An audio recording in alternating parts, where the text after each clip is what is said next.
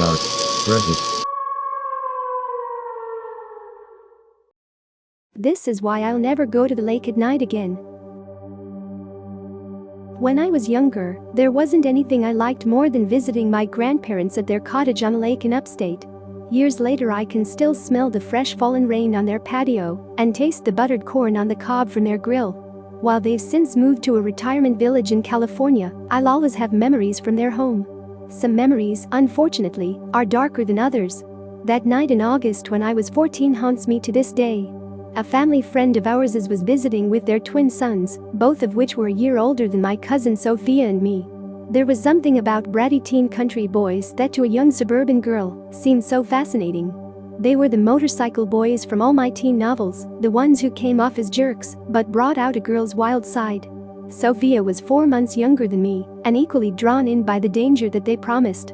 They talked about smoking weed, about exploring graveyards, and even taking their dad's truck without his permission. Contrastingly, Sophia and I had been given massive books of the top 300 colleges in North America as back-to-school presents. To think of escaping was devouring dark chocolate and pomegranate juice while wearing white lace. Late at night, when our parents were drinking beer on the porch, we roasted marshmallows over a fire pit right on the shoreline. The moon shone bright over the broad span of water, the opposing shore about a mile across, and a blackened silhouette with sparsely scattered windows against the night sky.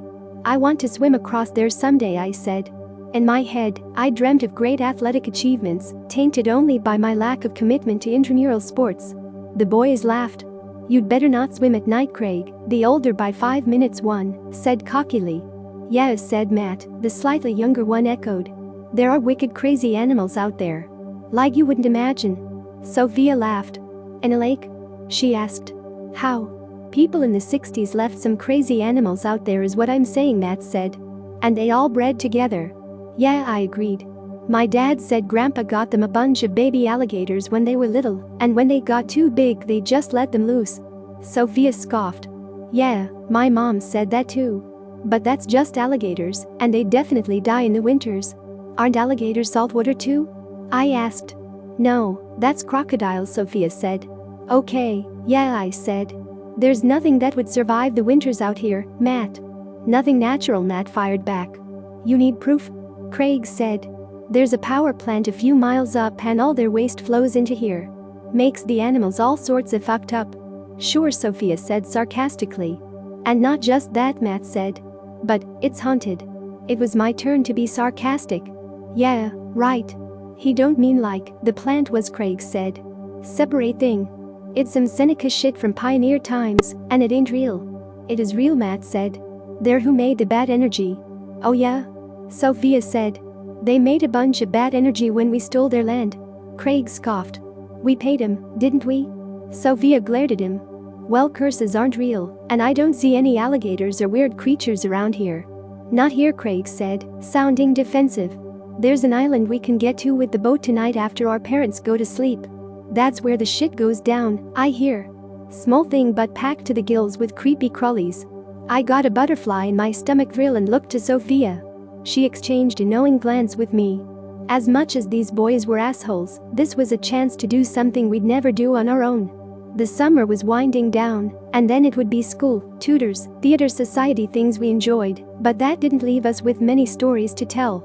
These boys likely weren't even planning on going to college.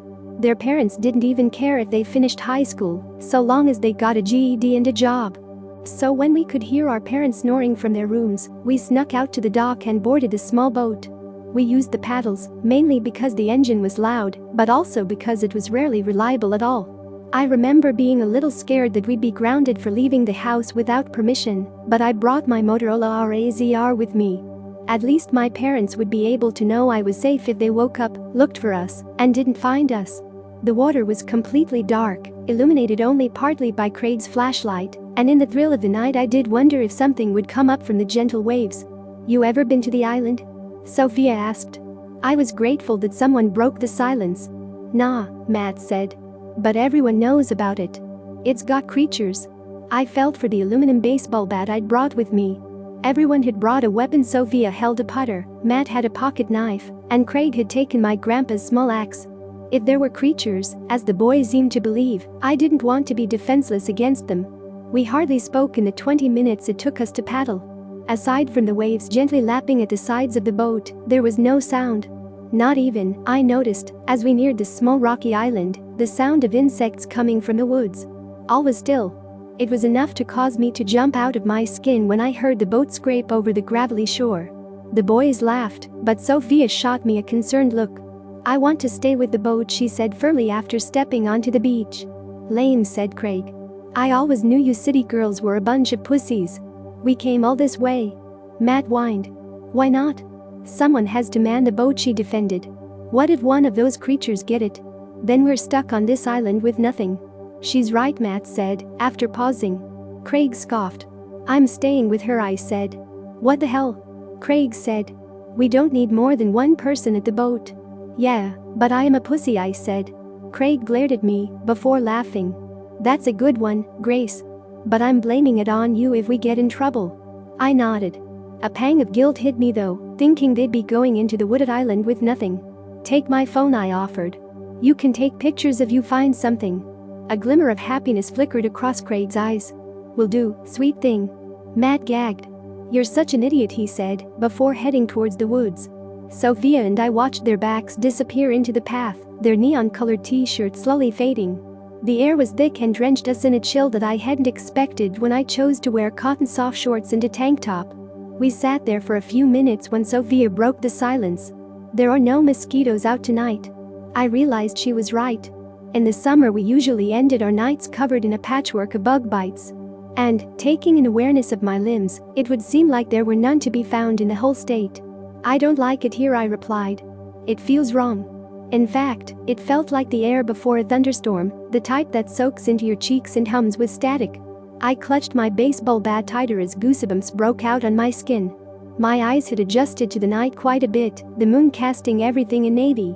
I didn't think anything was moving, but it felt like at any minute, some oversized gator could appear and snap us in two. Sophia seemed to notice, moving further up the beach. "I think I see them," she said before I heard a massive crunch of gravel behind us. We whipped our heads around to see the boat adjusting in the water. It made a splash, and I was instantly reminded of making waves with my hands in the water and stopping them midway. Sophia jogged back towards the water. "Grace," she exclaimed. "We need to get it before it floats away." Without even knowing why, I grabbed her arm. She stumbled forwards, teetering on the edge of the lake. The water shifted.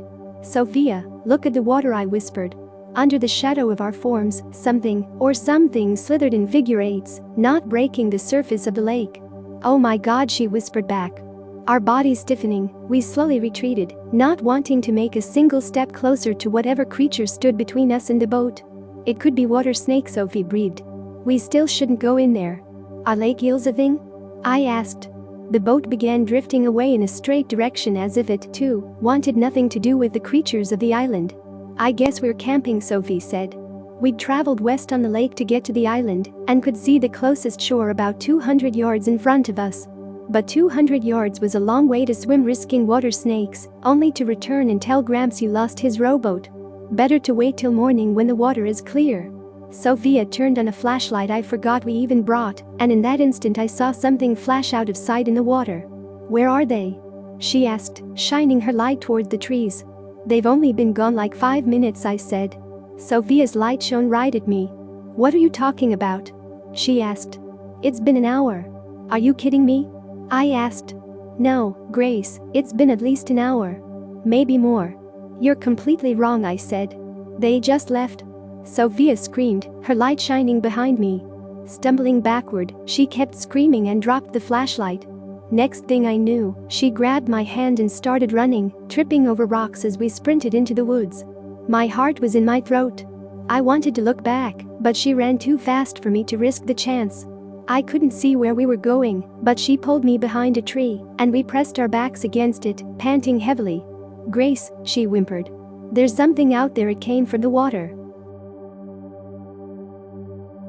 Stay tuned for part 2. Like, comment and subscribe, and also press the bell notification.